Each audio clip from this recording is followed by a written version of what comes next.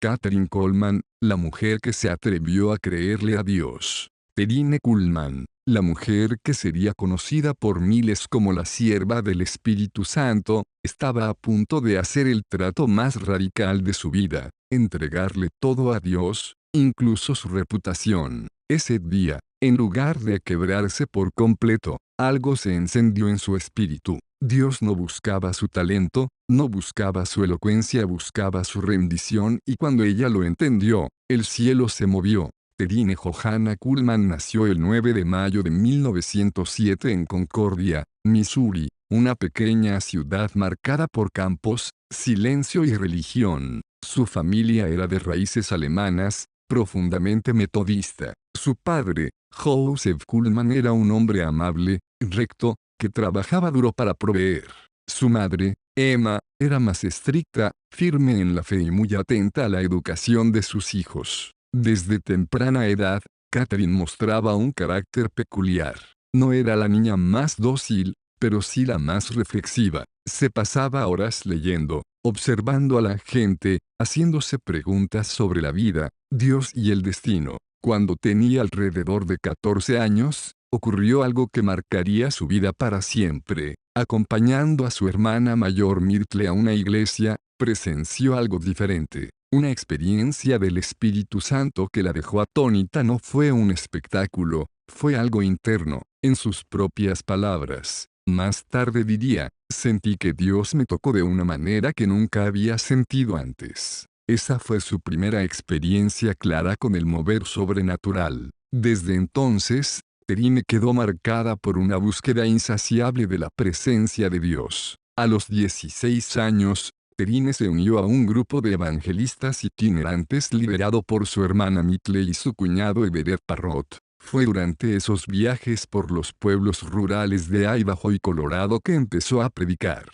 Al principio su labor auxiliar, cargaba equipos, organizaba reuniones, tocaba el piano. Pero una noche, cuando no había quien predicara, le dijeron, Kathryn, predica tú. Nerviosa, temblorosa, subió al pequeño púlpito de madera ahí, con una voz que no parecía suya, habló del amor de Jesús. La gente lloraba, otros se acercaban al altar.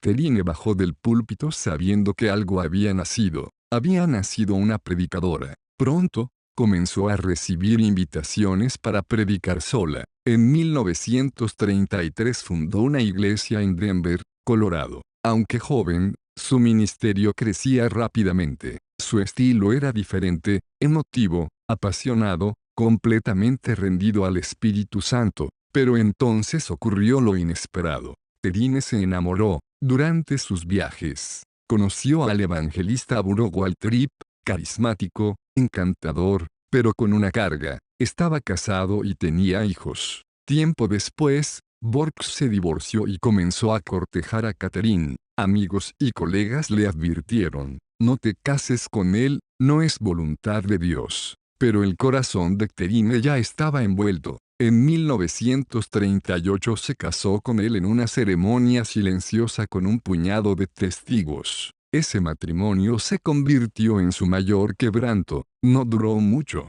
Terine pronto se dio cuenta de que había desobedecido a Dios. Su ministerio se vino abajo. Las iglesias la rechazaban. Ella misma sentía que el Espíritu Santo se había apartado. Durante meses vagó por distintas ciudades predicando esporádicamente, luchando con una profunda depresión, hasta que un día se quebró por completo ante Dios. Fue en una habitación de hotel en Franklin, Pensilvania. Kathryn cayó de rodillas llorando y le dijo al Señor, si me das otra oportunidad, te entregaré todo. Esa noche su vida dio un giro eterno. Después de su arrepentimiento, Kathryn volvió a predicar, pero esta vez algo era diferente. El Espíritu Santo comenzó a manifestarse con poder en sus reuniones. No buscaba el sensacionalismo, no oraba por los enfermos de forma ostentosa, a menudo simplemente hablaba y personas eran sanadas espontáneamente.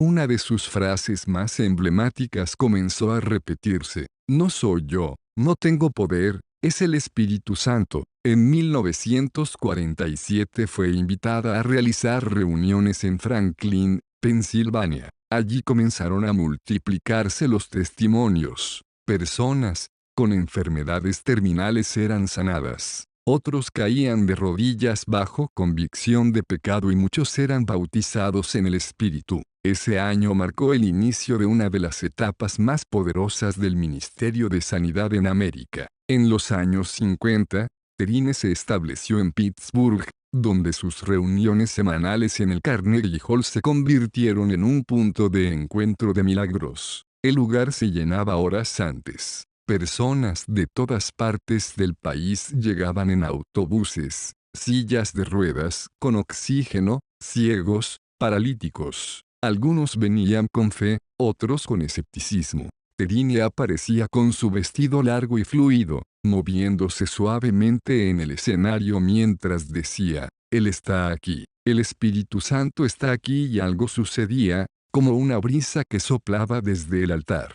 La atmósfera cambiaba. Gente comenzaba a llorar. Otros eran sanados sin que nadie los tocara. No era un espectáculo, era la presencia de Dios manifestándose con autoridad. Los doctores eran invitados a verificar las sanidades. Se documentaban casos médicos. No era emocionalismo, era real. Uno de los testimonios más famosos fue el de un niño sordo de nacimiento que al oír por primera vez rompió en llanto. En otra reunión, una mujer que tenía un tumor terminal en el cerebro cayó bajo el poder de Dios y al hacerse una tomografía unos días después los médicos no encontraron rastro del tumor. No todos eran sanados y Catherine nunca prometía sanidad. Su frase constante era, el mayor milagro es la salvación del alma. Muchos eran sanados durante la alabanza, otros durante la predicación, algunos cuando simplemente caminaban cerca del lugar y Terrine nunca tocaba a nadie.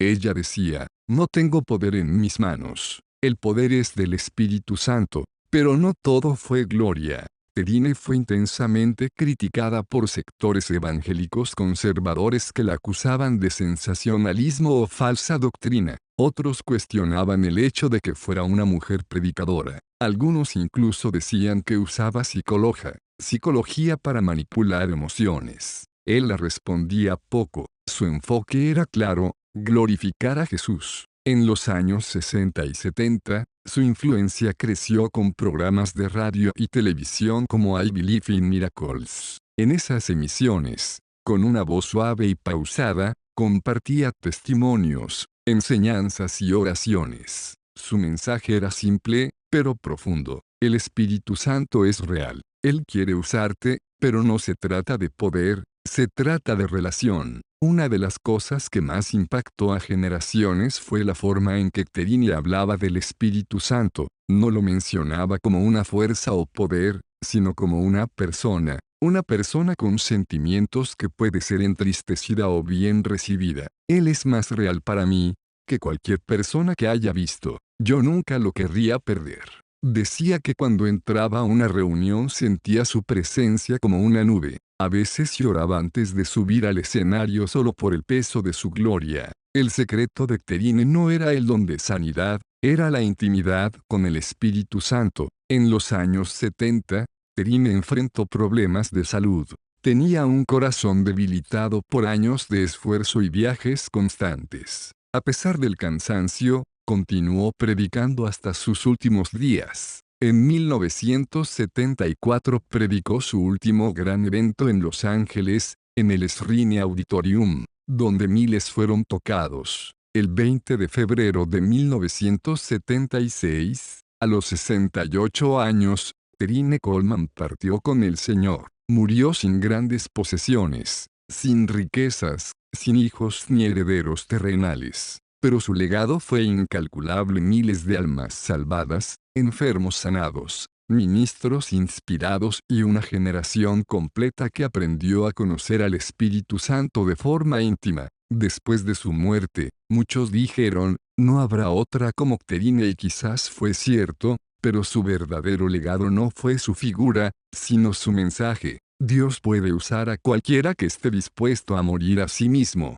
Su vida inspiró a grandes como Benny Hinn, quien testificó que fue en una reunión de Catherine, donde experimentó el poder de Dios por primera vez. Otros como Reinhard Bonnke, David Hong Cho y cientos de pastores en todo el mundo mencionan su influencia. Su fundación sigue compartiendo sus enseñanzas y sus grabaciones aún circulan en YouTube, televisión cristiana y libros. Catherine no fue perfecta, tuvo errores, luchó con decisiones, pero su rendición fue total y eso fue lo que Dios usó. La historia de Kathryn Kuhlman nos recuerda algo poderoso. Dios no busca vasos de oro ni de plata, busca vasos vacíos. Una joven tímida nacida en un pueblo de Missouri, que cometió errores, pero que se atrevió a creer que Dios podía restaurarla, terminó impactando a millones. Su secreto: yo morí y el Espíritu Santo tomó el control. Hoy, cada vez que una persona le dice sí al llamado de Dios,